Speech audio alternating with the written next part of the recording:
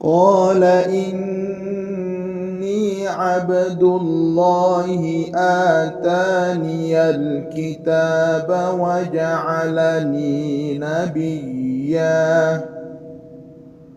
وجعلني مباركا أينما كنت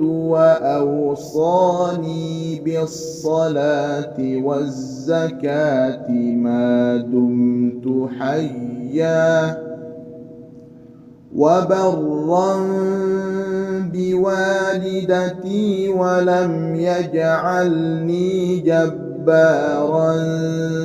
شقيا والسلام علي يوم ولدت ويوم أموت ويوم أبعث حيا ذلك عيسى بن مريم قول الحق الذي فيه يمترون